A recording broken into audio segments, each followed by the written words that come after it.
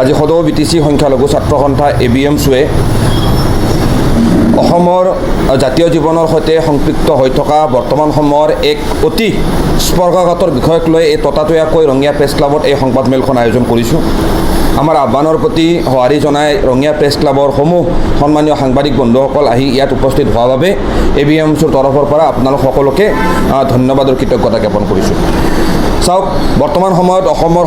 সংবাদ মাধ্যম আৰু সামাজিক মাধ্যমত এটা বিষয় যথেষ্টখিনি চৰ্চা লাভ কৰিছে, যথেষ্টখিনি এই বিষয়খিনিক লৈ প্ৰতিক্ৰিয়া হৈ আছে। হীৰেন হিন্দু অসম, ৰূপা কলিতা, ৰাতুল কলিতা আদি নামৰ কেইটামান ফেচবুক একাউণ্টৰ জৰিয়তে ইছলাম ধৰ্মৰ ধৰ্মীয় গুৰু হজৰত মুহাম্মদ সাল্লাল্লাহু আলাইহি সাল্লামক লৈ বিভিন্ন আপত্তিজনক স্পৰ্শকাতৰ মন্তব্য দিয়া পৰিলক্ষিত হৈছে আৰু এই মন্তব্যসমূহ এতিয়াও সামাজিক মাধ্যমত উপলব্ধ হৈ আছে। আৰু এই মন্তব্যসমূহক লৈ আমি দেখিবলৈ পাইছোঁ অসমত এক সাংঘাতিক প্ৰতিক্ৰিয়া হৈছে। বিশেষকৈ এটা সংখ্যালঘু মুছলমান জাতীয় ছাত্ৰ সংগঠন ABMCক প্ৰতিনিধিত্ব কৰা ABMCৰ সভাপতি হিচাপে মই স্পষ্টকৈ আজি অসম চৰকাৰৰ সন্মুখত দাবী উত্থাপন কৰিছোঁ যে হজৰত মুহাম্মদ সাল্লাল্লাহু আলাইহি সাল্লামক লৈ যি অতিকৈ স্পৰ্শকাতৰ, অতিকৈ অপমানজনক যি মন্তব্য হীৰেন হিন্দু অসম, ৰূপা কলিতা, ৰাতুল কলিতাকে আদি কৰি এই ফেচবুক নামৰ জৰিয়তে বা এই ব্যক্তিসকলে সামাজিক মাধ্যম বা ফেচবুকত কৰিছে, এই মন্তব্যক লৈ ইতিমধ্যে অসমৰ বিভিন্ন আৰক্ষী থানাত এজাহাৰ দাখিল হৈছে। আমি ABMCয়েও তামোলপুৰ আৰক্ষী থানাত এই ফেচবুক একাউণ্ট বা এই ব্যক্তিসকলৰ বিৰুদ্ধে আমি এজাহাৰ দাখিল কৰিছোঁ। তো এতিয়া যিহেতু সমগ্ৰ ঘটনাৰালী গোটেই অসমৰ জাতীয় জীৱনত সাংঘাতিকভাৱে চৰ্চিত হৈছে, তো অসম আৰক্ষীৰ দায়িত্ব, অসম চৰকাৰৰ প্ৰতি আমাৰ দায়িত্ব যে চৰকাৰখনে ভাৰতীয় ন্যায় সংহিতা 196 অৰ্থাৎ এই ফেচবুক পোষ্টৰ জৰিয়তে হজৰত মুহাম্মদ সাল্লাল্লাহু আলাইহি সাল্লামক আজি এনেকৈ অপমান কৰাৰ জৰিয়তে অসমৰ মুছলমান ধৰ্মত বিশ্বাস কৰা বা ইছলাম ধৰ্মত বিশ্বাস কৰা সকলো শ্ৰেণীৰ নাগৰিকৰ মনত কিন্তু মনোকষ্ট দিছে, সাংঘাতিকভাৱে কিন্তু ধৰ্মীয় চেণ্টিমেণ্টত, ধৰ্মীয় আৱেগ অনুভূতিত আঘাত কৰিছে। তো আমি চৰকাৰক দাবী জনাইছোঁ যে এই সমগ্ৰ এজাহাৰসমূহ সংলগ্ন কৰি অসম আৰক্ষীৰ CIDৰ চাইবাৰ ডিপাৰ্টমেণ্টে ভাৰতীয় ন্যায় সংহিতা 196 BNS 196ত promoting enmity between different groups on ground of religion আৰু ভাৰতীয় ন্যায় সংহিতা BNS 197 this is a threat to national integration. এটা ধৰ্মৰ ওপৰত ভিত্তি কৰি দেশৰ অখণ্ডতাৰ ওপৰত এই হীৰেন হিন্দু অসমৰ দৰে তথাকথিত হিন্দুত্ববাদীসকলে যি থ্ৰেট আনিছে, যি অশনি সংকেত আনিছে, এই ব্যক্তিসকলৰ বিৰুদ্ধে গোচৰ ৰুজু কৰি অতি শীঘ্ৰে গ্ৰেপ্তাৰ কৰি দৃষ্টান্তমূলক শাস্তিৰ ব্যৱস্থা কৰিবলৈ আমি ABMC দাবী জনাইছোঁ যে ভাৰতৰ পবিত্ৰ সংবিধানে ভাৰতখনক এখন ধৰ্ম নিৰপেক্ষ ৰাষ্ট্ৰ হিচাপে প্ৰতিষ্ঠা কৰিছে আৰু অসমত বসবাস কৰা 1.5 কোটি সংখ্যালঘু মুছলমান জনগণে আজি এই ধৰণৰ ফেচবুক পোষ্টৰ জৰিয়তে ইছলাম ধৰ্মৰ ধৰ্মীয় গুৰু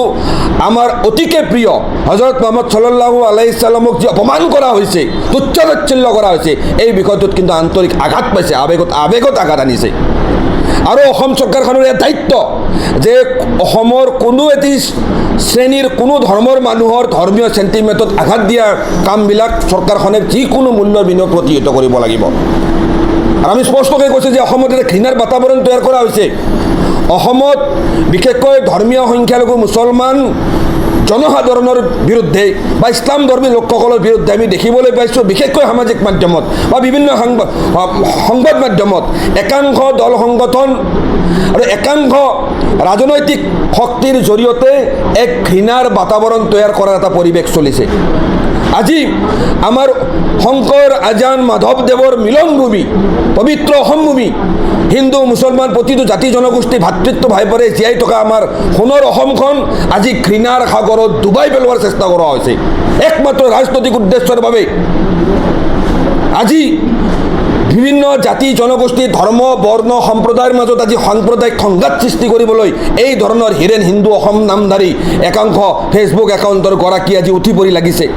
আজি অসম আৰক্ষীয়ে কিয় মতো গোচৰ ৰুজু কৰা নাই? আমি স্পষ্টকৈ কৈছোঁ, অসম আৰক্ষী এটা বিয়াগুম বিভাগ,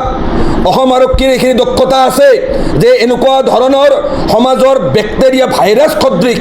এনেকুৱা ধৰণৰ তথাকথিত হিন্দুত্ববাদীৰ নাম ধৰি এই ধৰণৰ ব্যক্তিসকলক ইচ্ছা কৰিলে 1 ঘণ্টাৰ ভিতৰত গ্ৰেপ্তাৰ কৰি জেল হাজতলৈ প্ৰেৰণ কৰিব পাৰে।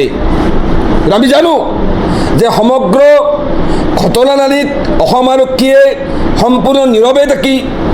আজি তেওঁলোকে যে এই ধৰণৰ ঘটনাক উৎসাহিত কৰিছে এই কথা জনগণৰ বুজিবলৈ বাকী নাই। আমি অসমৰ মুখ্যমন্ত্ৰী হিমন্ত বিশ্ব শৰ্মা ডাঙৰীয়াক আহ্বান জনাইছোঁ, ৰাজনৈতিকভাৱে অসমৰ মুখ্যমন্ত্ৰী ডাঙৰীয়াৰ যি ৰাজনৈতিক মতাদৰ্শৰ প্ৰতি আমাৰ তাৰতম্য থাকিব পাৰে, মতপাৰ্থক্য থাকিব পাৰে, কিন্তু অসমৰ সাংবিধানিক পদবীত অধিষ্ঠিত অসমৰ মুখ্যমন্ত্ৰী হিমন্ত বিশ্ব শৰ্মা ডাঙৰীয়াও এই ক্ষেত্ৰত নিজাববীয়াকৈ ব্যৱস্থা লৈ এনেকুৱা ধৰণৰ হজৰত মহম্মদ ছাল্লাল্লাহু আলাইহি সাল্লামক মুকলিভাৱে অপমান কৰা যি ঘটনাটোক লৈ সমগ্ৰ অসমৰ মুছলমান সমাজে অন্তৰত আঘাত পাইছে, এই ধৰণৰ ব্যক্তিক গ্ৰেপ্তাৰ কৰি দৃষ্টান্তমূলক শাস্তিৰ ব্যৱস্থা কৰি অসমত হিন্দু মুছলমান প্ৰতিটো জাতি জনগোষ্ঠী ভাষা ভাষী ধৰ্ম বৰ্ণ সম্প্ৰদায়ৰ মাজত যি আমাৰ একতা অটুট ৰাখিবলৈ আমি ABMC আহ্বান জনাইছোঁ। শদিয়াৰ পৰা ধুবুৰীলৈ, বৰাকৰ পৰা ব্ৰহ্মপুত্ৰলৈ সকলোৰে মাজত চিনাকি এটা নাম প্ৰাতঃ টাইম। থলুৱা ভাষা, কৃষ্টি আৰু সত্য বাতৰিৰ আধাৰত প্ৰতিষ্ঠিত খবৰ প্ৰাতঃ টাইমৰ প্ৰতিটো বা বাতৰি পুংখানুপুংখভাৱে চাবলৈ Facebook, YouTube, website, Twitter, Instagram আৰু ব্লগাৰ পেজত লাইক আৰু ফ'ল' কৰক।